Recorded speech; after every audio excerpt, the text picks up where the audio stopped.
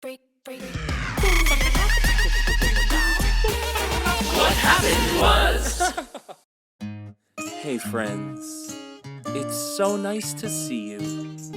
It's today, the time is now. You are here and the weather is outside your window. Today's guest is a fabulous artist and a wizard of desserts.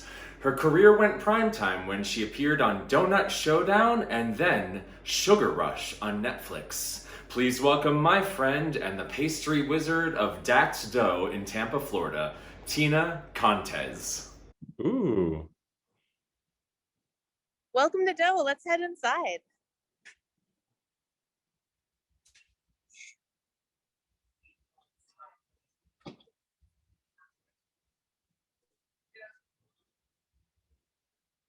Donuts and cupcakes, ice cream.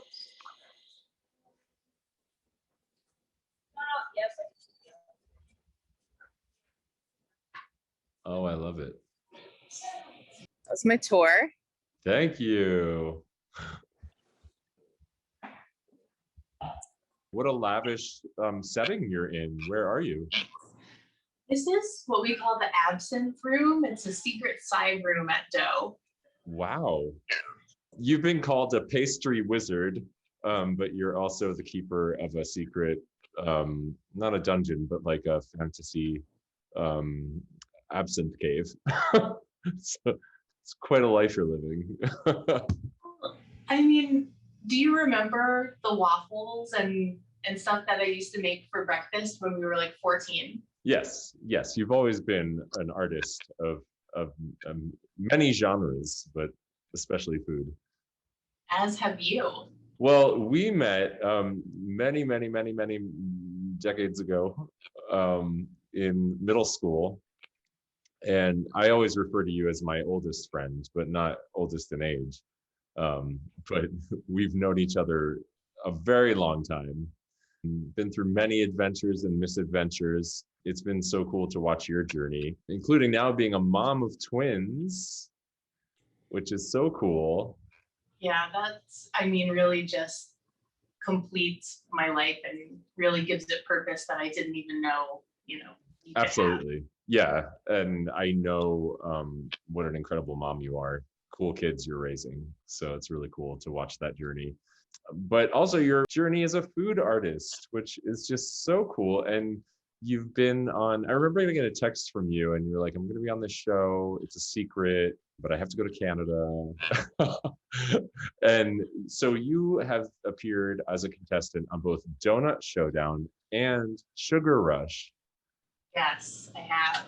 So how did that come to be? Well, Donut Showdown was, I think it was like 2014 or 2015. So that was when it was still a little bit newer of a phenomenon, because now almost anyone that that's been in the industry for a long time, we know so many people that have been on cooking and baking shows. Sure. But back then it was, I was super nervous, and my friend Andy and I had just started making donuts, and we were just making donuts all night. Like, we became nocturnal, and we were just constantly experimenting. There was like a little blurb at the end of the TV show, like, oh, if you've been a donut maker for 1 year, you can apply. Well, and that was kind of when the donut craze really hit. I just know your brain, and I feel like you're probably constantly trying to dream up new items. Is that accurate?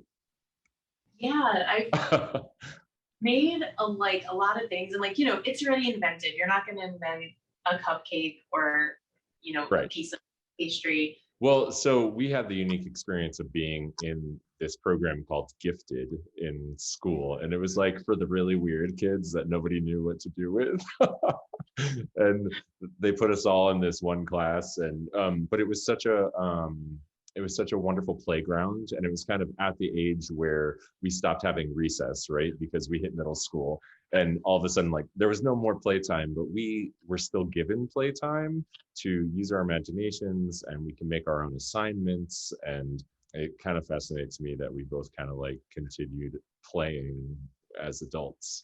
we learned, no, you don't have to follow the rules and do these things. Right. But also it's sad because every kid should be allowed Yeah. to like, work out the creative muscle. I absolutely agree. Yeah. Do you ever follow like the history of pastry chefs and cuisine and things like that? Yes, everything. Like Wow. ice cream, the first ice cream parlor in this country was in New York City, and George Washington spent like this exorbitant amount of money the first summer it opened. And Wow. so things like that is rich in our fabric because we are a melting pot, but then it's almost like the food is what starts our culture. Yes, yes. And Absolutely. I love it. Yeah. Yeah, Every food. year when pumpkin spice comes around, I'm obsessed with how the pumpkin spice blend got here via trade, and it was really a digestive aid. So dessert is supposed to be after dinner because it helps you digest your food, like all kinds of things like that. Do you like pumpkin spice? Yeah, I do. Now, when we were kids, when fall came around, that's when we started wearing capes to school. And not just for Halloween. Yes. You led the charge. You were the inventor of that fad. And it was great. And my mom and I went to like a Joann's Fabric, and I got my fabric together to make my cape. Because I really wanted to like cape with you. But we got in trouble. Remember our science teacher called our parents in for a conference and said he was very concerned about us because we were wearing capes and eyeliner. Yeah, and I mean, we were not the only ones. And I get like maybe it's a distraction. Like now as an adult, like I want to feel embarrassed, but I don't because I felt good in the cape. But I really think we were getting discriminated against by that specific teacher. I do too. Yeah. Yeah. Now looking back, I think that he was did not like gay people. Yeah. He was concerned that we were going to be gay, and he was right. But, you're welcome. I think it's so important, and I see you doing this with your kids, and I would expect nothing less, but just to let kids express themselves and to be who they are and to explore. And if you want to wear a cape one day, wear a cape. If you want to wear eyeliner and you're a boy, whatever, do your thing. And it's just so important to let people explore their personalities. All right, so we talked about Donut Showdown, but let's hear the story on Sugar Rush. How did that come to be? Sugar Rush was a little more structured, like instead of just a funny shot in the dark. So I didn't get very far on Donut Showdown. Had no idea what I was getting into. First round cut. Every year since then, I'm applying, like sending in videos every time I get an email, or like a relative will send you a link. Sure. So applying, and then so you're just kind of like on the hunt for similar opportunities. Like Donut Showdown, you weren't like, oh God, that was terrible. You're like, yeah, I'd do that again. Yeah, I was like, well, now I have to like know what the pressure feels like. I love that. So I can be ready for it. And you're basically practicing every day by baking a production of hundreds of items in bulk. So I feel like I'm always practicing, and I would really love to do a third one because I just want like one more shot to maybe win. Yeah, for sure. Absolutely. Well, I remember watching your episode, and it was very tense to watch, very stressful. And of course, like perhaps I think as a viewer, you feel that really intensely. And I wonder, is it the way it's being edited? Is it the suspenseful music that's being added? But what is it like when you're actually in it on set? Does it feel very stressful? It does, and everyone tries to make it really great, but it doesn't change the fact that you have to remember the order to do something, to make it well, multitasking in a new place. So yeah, it is tense. And what I liked about that one is I made ice cream in one of the rounds, and no one else, they were like, oh, no one's ever made ice cream on this show before. Oh, yeah. You don't know who the guest judge is on that one, and it was Betsy Johnson. So that made the whole experience for me. I was so like elated to meet her in person. Yeah, it was so fabulous. And I would never think of Betsy Johnson being judge on a baking show. It was like a year after our wedding, and Jay had worn Betsy Johnson dress. Oh, yes, of course. That's so special. So you would do it again. Would you stick to sweets? Yeah, probably. What's the dessert that, and I guess it can be like a concoction, but like what is your specialty, like number one thing? If there was a show and you would want to be on it and it's just focused on this item, what would it be? I think that my specialty is ice cream. You know, I like everything, and you know, a cupcake is really great once in a while, or cake Right. on your special occasion. But ice cream is like approachable and different. Like you could have a little bit every day. Yeah, and everybody likes ice cream. Because it's Pride Month. I know we were talking about it being Pride Month, Yes. and but this cake is called the True Colors cake. Ooh. The cake is rainbow sherbet flavored. I'll show you. Oh, it's so tall. Okay, so Oh my goodness. Oh, it's glorious. would you like a slice? Yes, definitely. Oh, wow. Oh, it's like a marble rainbow.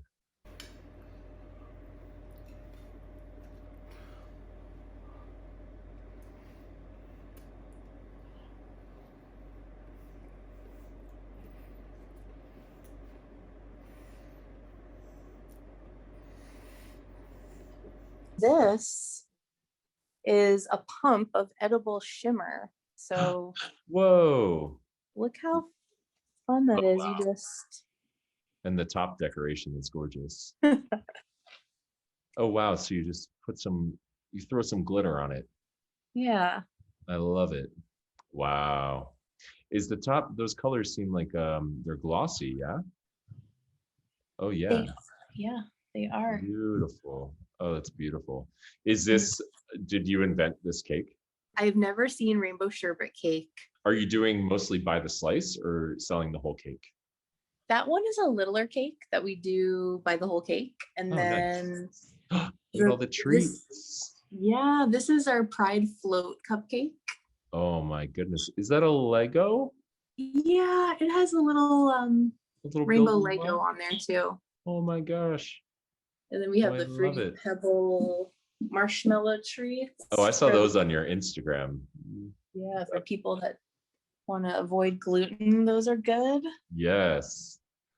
Wow. Oh, gorgeous. Well, can I ask you some questions? Sure. Where are you right now? I'm in Dough, a bakery in South Tampa attached to Dats. Zodiac sign. Libra, Favorite ice cream flavor? vanilla. Vanilla? Oh my goodness. Favorite cake flavor? My favorite cake would have to be chocolate chip cookie dough cake. Between the layers, it has cookie dough. In the layers, just like edible cookie dough, but then on top, the frosting is made of buttercream and cookie dough together. So you kind of Oh, get wow. the same taste and a different texture. Mm. I've often thought about if you could just eat one thing for the rest of your life, like chocolate Yes. chip cookies might be it. Oh, interesting. Like, Yeah. That's like, are they warm? they don't have to be. And then Okay. if anything has like the name Chipotle and chicken on a menu, I just order it. Got it. So chocolate My chip go-to. cookies and Chipotle chicken for the rest of your life. You're good. Good. Pitch me a new ice cream flavor that only uses savory ingredients. Since you love macaroni and cheese, maybe we could do a cheese flavored ice cream. Ooh, We could sub out because it's dairy, so it should like lend itself to that kind of texture. yeah. So yeah, maybe even if we need to push through the cream, so we'll do like a sharp cheddar ice cream, and then that could be eaten on like a cracker waffle cone. Instead of it being like a malty waffle, it could just be like a Ritz cracker. Ooh, you've been given a financier has appeared and is waving a magic wand, and you have unlimited funding, and you've been given a fleet of food trucks. What is your signature item? When you go simple, like the most successful food trucks don't have a ton of stuff. Like they just have a few things that they do really well. But I think if you just had two things, one savory and one dessert, that would be the perfect food truck, because then you don't have to wait online twice. Oh yes, you just get them both. Yeah, you just get them both. So it would probably be a taco, like a soft taco with all like really good like pickled veggies and fresh jalapeno and Yes. chipotle chicken. Yes. Yeah, and then ice cream, just like a few flavors, like 3 to pick from, homemade ice cream that you could get. So you Are get, they like complementary to taco flavors? Like what are the 3 flavors? oh, it would be so hard to pick just 3 now that I think about it. I want to counter pitch a key lime flavor to go with a taco. Favorite work of art?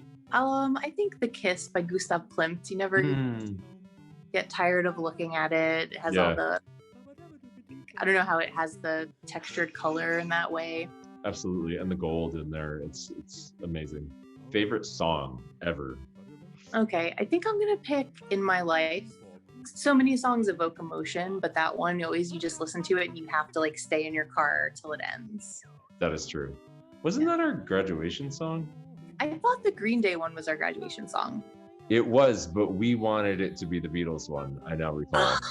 Yeah. Oh my God, that's right. Yes. Yeah, we like started an unofficial petition or something. Okay. Yeah. And do you remember our actual anthem though? No. True Colors. Oh, ours. Yeah. Yeah, absolutely. Do you believe in past lives? Yes. Who were you in a past life? I think someone on a boat, like a fisherman. You can only listen to one genre of music for the rest of your life. What is it? Indie folk. Coffee or tea?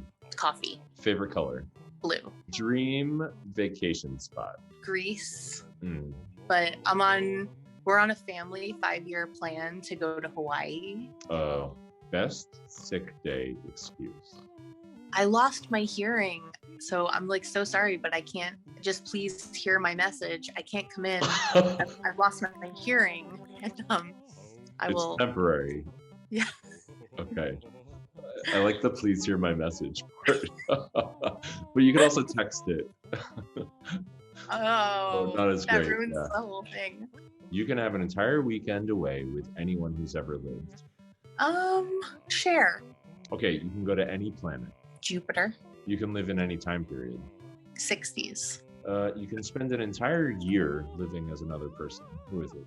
Michelle Obama. Okay, you can go back in time to any time in your life and tell your younger self in that moment one thing.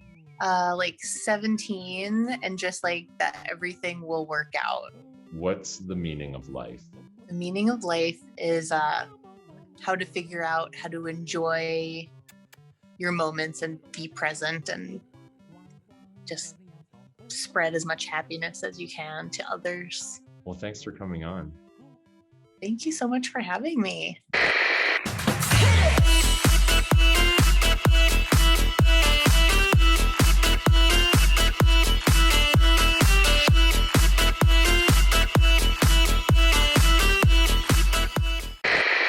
That's all for today's episode. Rainbow cake till we meet again.